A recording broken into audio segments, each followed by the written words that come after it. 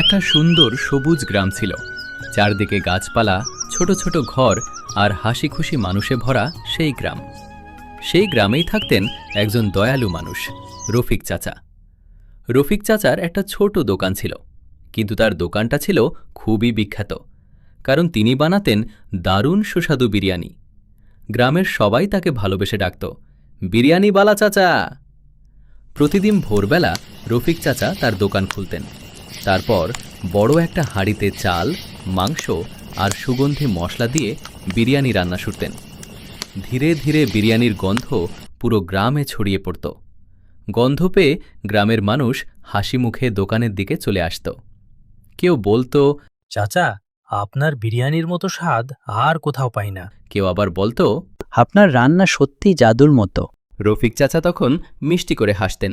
তিনি বলতেন, ভালোবাসা দিয়ে রান্না করলে সব খাবারই সুস্বাদু হয়। সবকিছু খুব সুন্দরভাবেই চলছিল, কিন্তু একদিন হঠাৎ করে বড় ঝড় আর বৃষ্টি শুরু হল।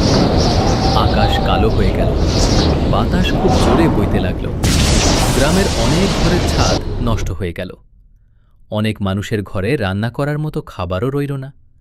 বিশেষ করে গ্রামের ছোট ছোট বাচ্চারা খুব ক্ষুধার্ত হয়ে পড়ল। রফিক চাচা যখন এটা দেখলেন, তার মন খুব খারাপ হয়ে গেল।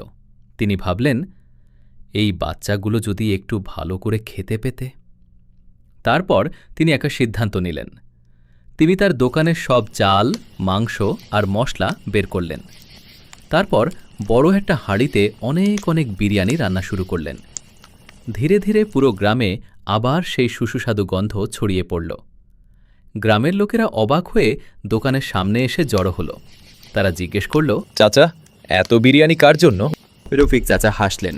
তারপর বললেন, আজকে কেউ টাকা দেবে না, আজ সবাই ফ্রি বিরিয়ানি খাবে। এই কথা শুনে সবাই খুব অবাক হয়ে গেল। তারপর একে একে গ্রামের মানুষ আর বাচ্চারা বিরিয়ানি খেতে লাগল। কিছুক্ষণের মধ্যেই দোকানের সামনে হাসি আর আনন্দে ভরে গেল। বাচ্চারা খুশিতে লাফাতে লাগল। ঠিক তখন গ্রামের এক ধনী লোক এসে বললেন, চাচা, আপনি তো সব খাবার দিয়ে দিলেন, এখন আপনার দোকান কিভাবে চলবে? রফিক চাচা আবার হাসলেন। তিনি শান্তভাবে বললেন, মানুষের মুখে হাসি দেখাই আমার সবচেয়ে বড় লাভ। পরের দিন সকালে একটা আশ্চর্য ঘটনা ঘটল। গ্রামের মানুষ একে একে রফিক চাচার দোকানে আসতে শুরু করল। কেউ বড় বস্তা ভর্তি চাল নিয়ে এলো, কেউ মুরগি নিয়ে এলো, কেউ আবার মশলা আর সবজি নিয়ে এলো, আর কেউ কেউ টাকা দিয়েও সাহায্য করল। সবাই একসাথে বলল, চাচা, আপনি আমাদের সাহায্য করেছেন, এখন আমরা আপনার দোকান আবার চালু করতে সাহায্য করব। এই দৃশ্য দেখে রফিক চাচার চোখে আনন্দের জল চলে এলো। তিনি বুঝতে পারলেন, ভালো কাজ করলে মানুষ সেটা কখনো ভুলে যায় না। সেই দিন থেকে রফিক চাচার দোকান আরও জনপ্রিয় হয়ে গেল।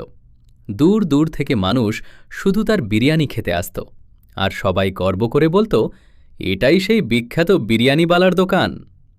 মরাল, অন্যকে সাহায্য করলে একদিন সবাই তোমাকে সাহায্য করে।